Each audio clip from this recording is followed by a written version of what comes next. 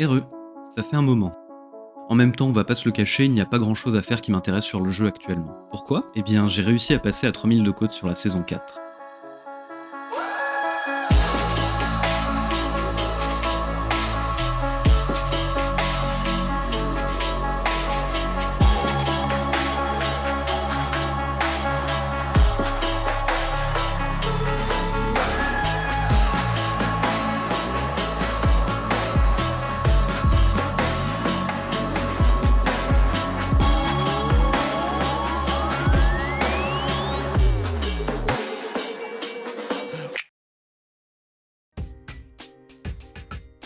C'est bien la preuve que c'est à portée de tout le monde, et n'ayant jamais joué heal auparavant, j'avoue que j'en suis assez fier. Mon objectif sur la saison est donc validé, et comme vous vous en doutez, j'ai eu un coup de cœur pour le disque. Je voulais donc faire une petite vidéo pour vous témoigner de ce qui a été pour moi une de mes meilleures décisions sur le jeu.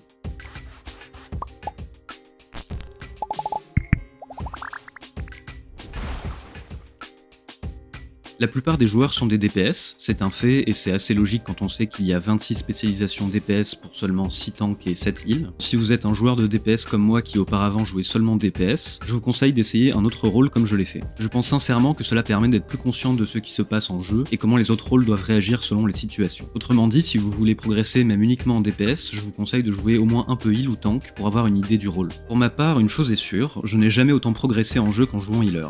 Et si je décide un jour de retourner sur du DPS, je serais bien meilleur qu'il y a quelques mois. C'est assez paradoxal, mais également logique quand on y réfléchit un peu. Peut-être aussi que comme moi, vous pouvez avoir un coup de cœur en découvrant un rôle ou une spé. Pour parler un peu de mon expérience, je dirais que la plus grosse barrière pour essayer de jouer un autre rôle, c'est la responsabilité. En tank, vous devez apprendre les routes en Mythic+, savoir quel pool faire et quand mettre vos CD def. En heal, vous devez corriger les erreurs du groupe et utiliser correctement vos CD heal. Effectivement, si le heal ou le tank joue mal, sur une clé ça aura plus d'impact qu'un DPS qui joue mal, en tout cas en général. Cette responsabilité peut faire peur, mais elle peut aussi être une grande source de satisfaction quand vous faites correctement votre job. C'est personnellement ce qui me plaît. Si vous voulez tenter l'expérience, n'hésitez pas à bien vous préparer au préalable, à regarder des guides, à faire votre rotation sur des mannequins, à tester le rôle sur des donjons faciles, tout ça vous mettra en confiance pour la suite. Pour finir, ne soyez pas trop dur avec vous-même, par exemple en healer sur cette saison vous ne pourrez pas forcément sauver tout le monde en fonction des pools. N'écoutez pas évidemment les personnes toxiques, vous êtes un humain et pas une machine, vous ferez toujours des erreurs et surtout au début. Personnellement, dans mon expérience en PUG, j'ai fait pas mal de rencontres, en passant par des gens qui insultaient ma daronne, aux gens qui me disaient que je jouais très bien.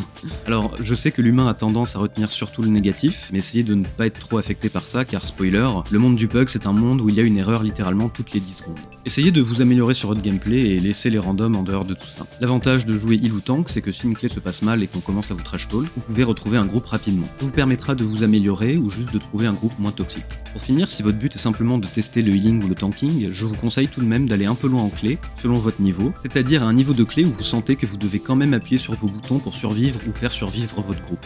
Si vous ne vous mettez jamais dans des situations inconfortables, vous ne pourrez pas savoir ce que ça fait lorsque c'est la panique en heal ou en tank, et donc comment un DPS peut améliorer cette situation. Par exemple, le Disc Priest n'aime pas du tout les situations où il faut healer beaucoup tout en bougeant beaucoup. Si je rejoue DPS un jour et que j'ai un Disc Priest dans mon groupe, je sais que dans ces situations, je pourrais simplifier grandement sa tâche et donc la réussite du groupe en mettant simplement un CD def ou de l'off-heal. Pour résumer, j'ai compris en jouant heal que la compréhension du jeu dans sa globalité est bien plus importante que je ne le pensais. Et je testerai probablement de jouer tank un moment à The War Within pour essayer de comprendre mieux le rôle. Si vous êtes un DPS et que vous faites correctement votre rotation et vos kicks, c'est un bon début, bravo, vous êtes déjà meilleur que 90% des joueurs, et si vous voulez encore progresser, à un certain niveau ça ne suffira plus, et voilà un des conseils que je vous donne. Je pense avoir suffisamment appuyé mon point, je voulais seulement faire une petite vidéo pour vous le partager, et vous raconter mon expérience de PUG jusqu'à 3000 de côte. Je continuerai à faire des vidéos sur cette chaîne quand j'ai le temps, donc n'hésitez pas à vous abonner si vous aimez ce que je fais. Ici The War Within, je vous dis à la prochaine et portez-vous bien.